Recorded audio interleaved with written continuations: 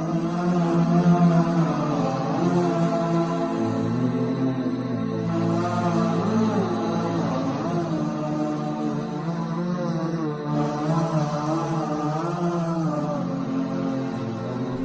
علیکم ورحمۃ اللہ وبرکاتہ۔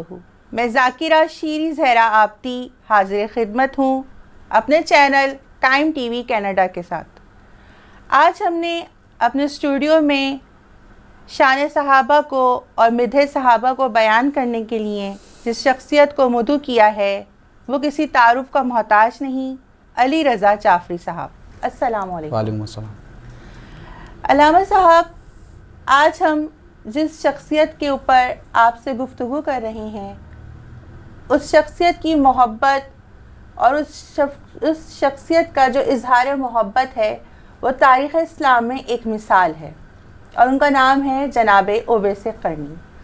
آپ ان کے تعارف میں ہمارے ناظرین کو کچھ بتائیے کہ جناب اویس قرنی کون ہیں؟ اعوذ باللہ من الشیطان اللعین الرجیم، بسم اللہ الرحمن الرحیم، الحمدللہ رب العالمین والصلاة والسلام علی اشرف الانبیاء والمرسلین وخاتم النبیین سیدنا و مولانا ابو القاسم محمد، انما یرید اللہ لیذھب عنکم الرجس اہل البیت ویطہرکم تطہیرا، اللہم صلی علی محمد وآل محمد۔ بہت شکریہ ٹائم ٹی وی کینیڈا کا اور آپ کا کہ آپ نے اتنی پروقار محفل میں اور اتنے پروقار پروگرام میں مجھے یہ سعادت بخشی کہ میں آؤں اور صحابہ کی جو ہے وہ شان بیان فرماؤں۔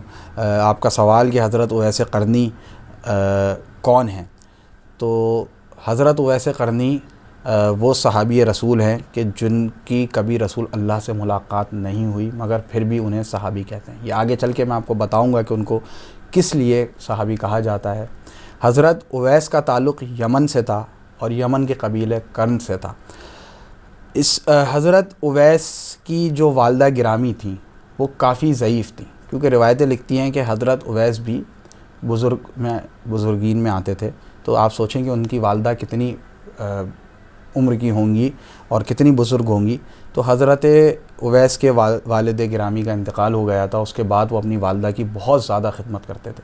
تو سب سے پہلے تو ہمیں یہ یہاں سے ایک میسج ملتا ہے، اور ٹائم ٹی وی کینیڈا کے تھرو یہ میں میسج دینا چاہوں گا کہ جب حضرت اویس قرنی جیسے صحابی اپنی والدہ کی اس قدر خدمت کرتے تھے تو سوچیں کہ ہم تو عام لوگ ہیں، تو ہمیں جو ہے وہ اپنے والدین کے ساتھ کس طریقے سے پیش آنا چاہیے، کیونکہ آج کا جو معاشرہ ہے تو میں یہ اضافی میں پیغام دینا چاہوں کہ اپنے والدین، یہ ایک میسیج ہے کہ جو حضرت اویس قرنی نے تمام لوگوں کے لیے دیا کہ والدہ اور والدین کی خدمت بہت ضروری اور وہ تمام چیزوں سے بڑھ کر ہے۔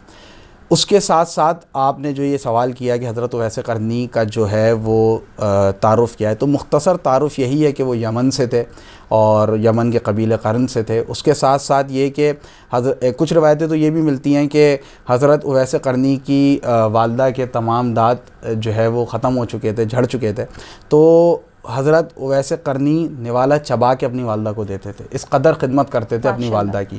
تو ان کے دل میں یہ خواہش پیدا ہوئی کہ وہ رسول اللہ سے ملیں، تو ان کی والدہ سے جب انہوں نے اس خواہش کا اظہار کیا تو ان کی والدہ نے فرمایا بیٹا کہ تمہارے بغیر میرا گزارا ممکن نہیں ہے، پھر بھی اگر تم جانا چاہتے ہو اور خواہش ہے تو چلے جاؤ، مگر بس جانا، اگر پیغمبر نہ ملے مدینے میں تو رکنا نہیں، ہو کر آ جانا۔ تو حضرت اویس قرنی گئے اور پھر اس کے بعد پورا واقعہ ہے کہ وہ ان کی ملاقات نہیں ہو سکی۔ تو یہ حضرت اویس قرنی کا جو ہے وہ تعارف ہے اور ان کا جو یمن سے تعلق تھا۔ اس کے بعد یہ کہ وہ رسول اللہ سے مل نہ سکے، مگر یہ واحد صحابی ہیں جن کی رسول اللہ سے ملاقات نہیں ہوئی، مگر وہ عشق کی اس معراج پہ تھے کہ پھر بھی انہیں صحابی کہا جاتا ہے۔ کچھ لوگ کہتے ہیں کہ وہ تابعین میں سے ہیں، مگر آگے آپ جب سوال کریں گی تو میں آپ کو ڈیٹیل میں بتاؤں گا کہ حضرت اویس قرنی جو ہے وہ کس طریقے سے صحابی ہیں۔ جنگ احد میں جب رسول اللہ کے 2 دندان مبارک شہید ہو گئے، اور پھر سنتے ہیں تاریخ اسلام میں پڑھتے ہیں کہ پھر جناب اویس قرنی نے اپنے دانتوں کو شہید کر دیا، اس واقعے کے بارے میں کچھ آپ ہمارے ناظرین کو بتائیے۔ دیکھیں، یہ روایتیں اس بارے میں بھی ملتی ہیں کہ جو آپ نے بتایا، جیسا کہ آپ نے فرمایا کہ جب جنگ احد میں رسول خدا کے دانت مبارک شہید ہوئے تو جب حضرت اویس قرنی کو یہ خبر ملی تو حضرت اویس قرنی نے عشق کی انتہا یہ تھی کہ انہوں نے اپنے دانت توڑ لیے۔ پہلے سوچا کہ اوپر کے دانت ہوں گے تو اوپر کے، پھر اس کے ساتھ ساتھ انہوں نے ایسے کر کے سارے دانت، کیونکہ انہیں نہیں پتا تھا کون سے دانت شہید ہوئے ہیں، تو انہوں نے عشق میں تمام اپنے دانت توڑ لیے. تو یہ تو ان کے عشق کی معراج تھی. بے شک. اچھا اس بارے میں کچھ لوگ فرماتے ہیں کہ معاذ اللہ، میں وہ جملہ ادا نہیں کرنا چاہوں گا کہ یہ بدعت ہے. اگر یہ معاذ اللہ بدعت ہوتی تو رسول کریم اپنی زندگی میں کہہ جاتے، فرما جاتے اس بات کو کہ اویس قرنی نے جو یہ کیا ہے یہ بدعت ہے. مگر کہیں پہ بھی تاریخ میں اس کا حوالہ نہیں ملتا کہ رسول اللہ نے ایسا فرمایا ہو. اس کا مطلب یہ ہے کہ انہوں نے جو اپنے رسول اللہ کے عشق میں اپنے دانت مبارک کو شہید کیا تھا، وہ عمل رسول اللہ کو کہیں پہ بھی برا نہیں لگا ہے وہ عمل. یعنی یہ مطلب اس چیز کا یہ ہے کہ وہ عشق کی اس معراج پہ تھے کہ انہوں نے رسول اللہ کے لیے اپنے دانتوں کو شہید کر لیا. تو اس سے ہمیں کیا پتہ چلتا ہے؟ آج بھی ہم زمانے کے اندر رسول اللہ کے نواسے امام حسن امام حسین کے، خاص طور پہ امام حسین کے غم میں اور امام حسین کے عشق میں سینہ کو بھی کر کے اور زنجیر زنی کر کے اور دیگر چیزیں کر کے یہ بتاتے ہیں کہ ہم نے بھی امام حسین کو دیکھا نہیں ہے. حضرت اویس نے بھی نہیں دیکھا تھا رسول اللہ کو، مگر عشق کی اس معراج پہ تھے کہ ان کو جب خبر ملی کہ انہوں نے اپنے دانت مبارک، رسول اللہ کے دانت مبارک شہید ہوئے، تو انہوں نے اپنے دانت مبارک شہید کر لیے. آج کے دور میں ہم نے بھی امام حسین کو نہیں دیکھا، مگر عشق کی معراج یہ ہے کہ ہم سینہ کو بھی کر کے یہ زمانے کو بتاتے ہیں کہ ہمیں یہ رسول اللہ کے نواسوں سے عشق ہے. تو جب رسول اللہ کے نواسوں سے اتنا عشق ہے تو سوچیں نانا سے کتنا عشق ہوگا. تو یہ حضرت اویس قرنی کا واقعہ تھا، دانت مبارک شہید ہونے والا. اچھا قبلہ، بریک کا ٹائم ہو گیا ہے. بریک کے بعد ہم دوبارہ اپنے پروگرام کو کنٹینیو کریں گے ایک چھوٹے سے بریک کے بعد.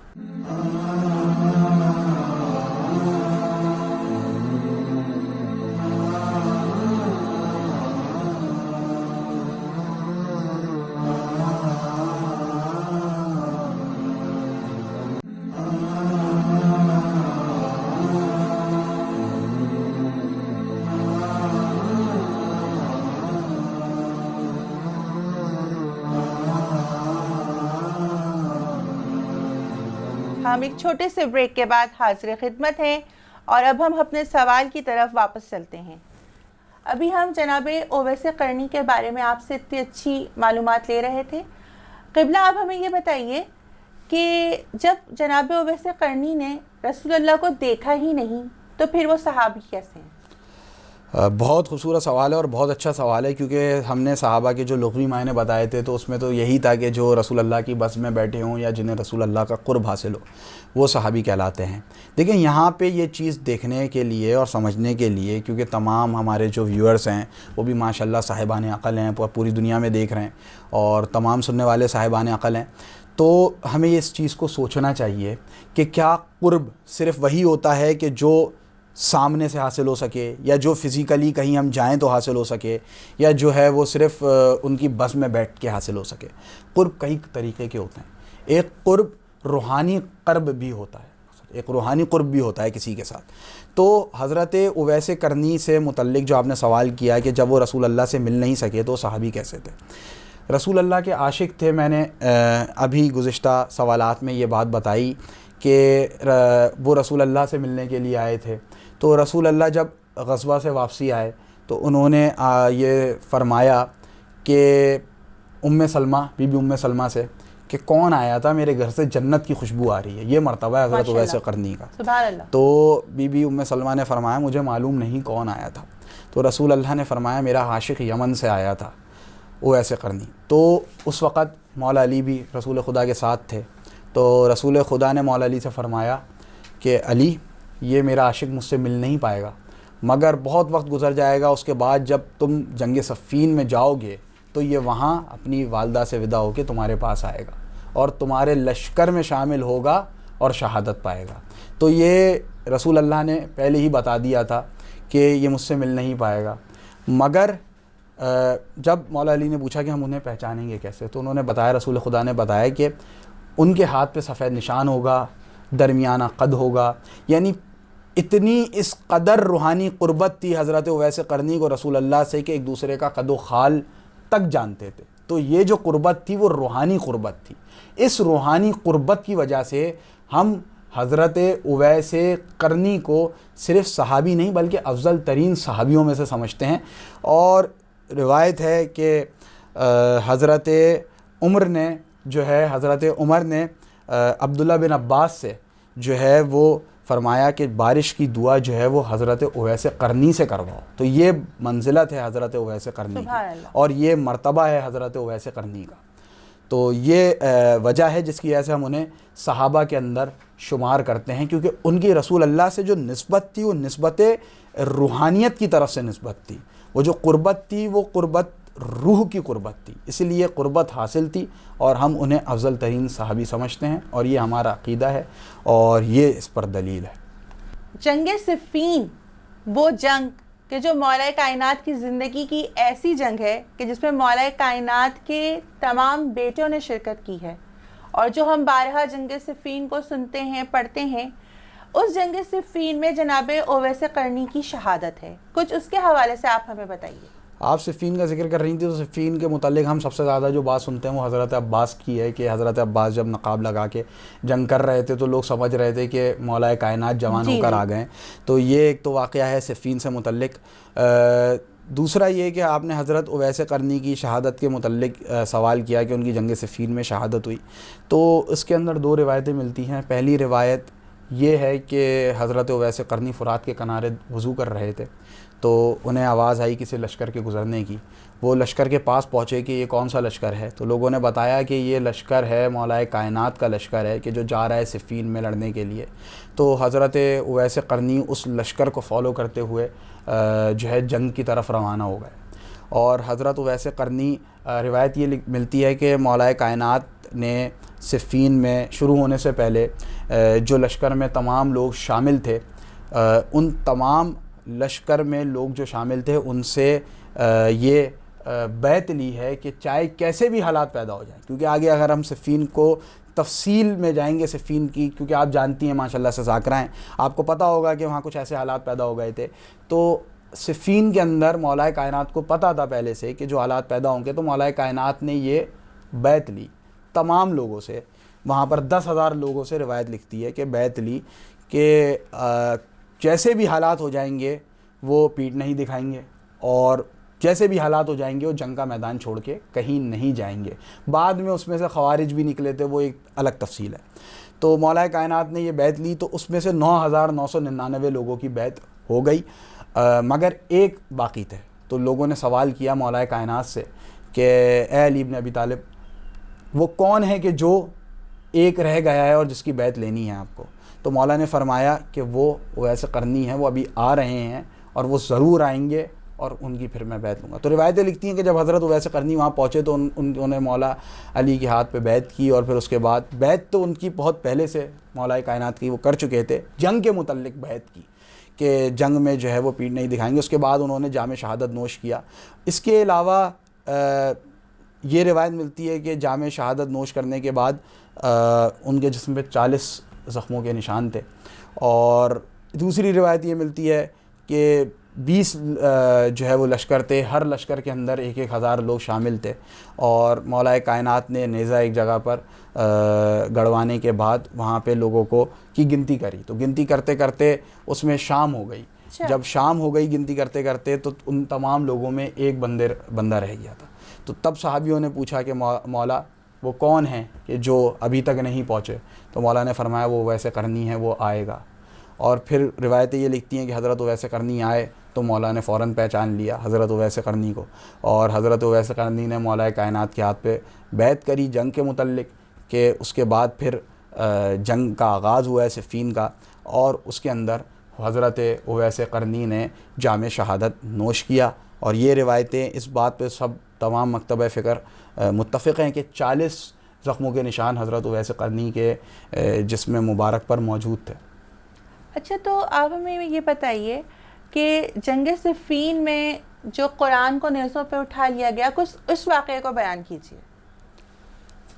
ایک موقع جنگ صفین میں ایسا آیا کہ جب نیزے پہ قرآن کو اٹھا لیا گیا اور یہ کہا گیا کہ جنگ کو روک دیا جائے, تو پھر اس طرف جو مولا کائنات کے لشکر میں جو کچھ لوگ شامل تھے انہوں نے قرآن کے آگے یہ اس بات کا اس بات پہ انہوں نے جو ہے وہ ایک کہہ لیں کنٹروورسی آج کی زبان میں، یا انہوں نے اس بات پہ اختلاف کیا کہ ہم قرآن کے آگے جنگ نہیں لڑیں گے، جبکہ مولا کائنات کو یہ بات پہلے سے معلوم تھی، اور مولا کائنات نے جبھی بیعت لی تھی تمام لوگوں سے کہ جیسے بھی حالات پیدا ہوں میرے حکم کی تعمیل کرنا ہو۔ مولا نے اس وقت بھی یہ فرمایا کہ جو اس وقت میرے حکم کی تعمیل کرو، اور یہ جو بھی کر رہے ہیں ان کو کرنے دو، مگر جنگ کو نہ روکنا۔ تو اس میں سے جو لوگ چاہتے تھے کہ جنگ رک جائے، اس میں سے خوارج کا لشکر تھا، جو کہ کچھ روایتیں لکھتی ہیں 3000 کا لشکر تھا، جو کہ الگ ہو گیا، اور وہ خوارجین میں سے تھے۔ تو وہ یہ واقعہ ہے اس کے متعلق۔ آپ ہمیں اویس قرنی کے بارے میں مزید کچھ بتائیے۔ دیکھیں حضرت اویس قرنی کے متعلق جو کہ واقعہ میں نے پہلے پڑھا کہ وہ اپنی والدہ کی خدمت میں اس قدر مشغول و مصروف تھے کہ وہ رسول اللہ سے ملنے آئے مگر رک نہیں سکے۔ اگر وہ قیام کر جاتے تو ممکن تھا کہ ان کی رسول اللہ سے ملاقات ہو جاتی، مگر یہاں پر ایک بہت بڑا میسج ملتا ہے کہ وہ رسول اللہ جن کے لیے اللہ تعالیٰ نے جن کی چاہت میں اس دنیا کو خلق کیا اور ان کو تمام عالمین کے لیے رحمت بنا کر بھیجا، جب وہ اتنی عظیم ہستی سے جو ہے وہ ملاقات کے لیے آئے اور مگر نہیں کر سکے، اس کے باوجود رسول اللہ نے ان کو اتنا قرب حاصل تھا۔ اب کیوں نہیں کر سکے؟ کیونکہ ان کی والدہ علیل تھی اور ان کا گزارا حضرت اویس قرنی سے کے بغیر ممکن نہیں تھا۔ تو یہ یہاں سے میسج ملتا ہے کہ والدہ کی عظمت اسلام کے اندر کتنی بلند ہے۔ تو یہ میسج قائم ٹی وی کینیڈا کی طرف سے میں دینا چاہوں گا کہ والدہ کی خدمت بھی جو ہے وہ ہم لوگ بعض دفعہ یہ سمجھتے ہیں کہ اگر ہم دینی فریضے انجام دے رہے ہیں تو یہ تمام فریضے انجام دینے کے باوجود یہ کافی ہیں، مگر ایسا نہیں ہے۔ کہ والدین کی خدمت اتنی اس قدر اس کی منزلت مل رہی ہے کہ حضرت اویس قرنی اس کی وجہ سے پیغمبر اکرم سے نہ مل سکے، مگر پھر بھی انہوں نے ان کو افضل ترین صحابی قرار دیا۔ تو یہ اس بات کا اس کی طرف اشارہ ہے کہ والدین کی عصمت کیا ہے۔ اور حضرت اویس قرنی کے جو فضائل میں نے بیان فرمائے کہ ان کو رسول خدا کا یہ واحد صحابی ہیں جن کو رسول خدا کا صرف ظاہری طور پہ نہیں بلکہ روحانی طور پہ بھی قرب حاصل تھا۔